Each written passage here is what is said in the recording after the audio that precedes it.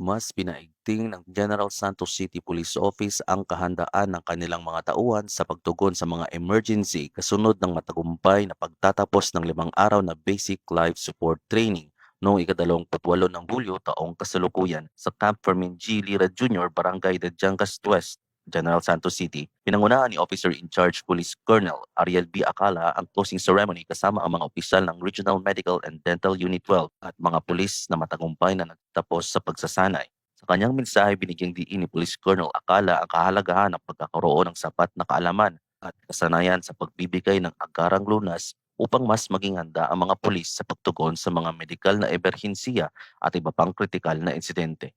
Ayon sa GSUPO, bahagi ang pagsasanay ng programang Safe and Secure Gensan na nagpapatibay sa kahandaan ng kapulisan, alinsunod sa bagong PNP para sa bagong Pilipinas, serbisyong mabilis, tapat at nararamdaman.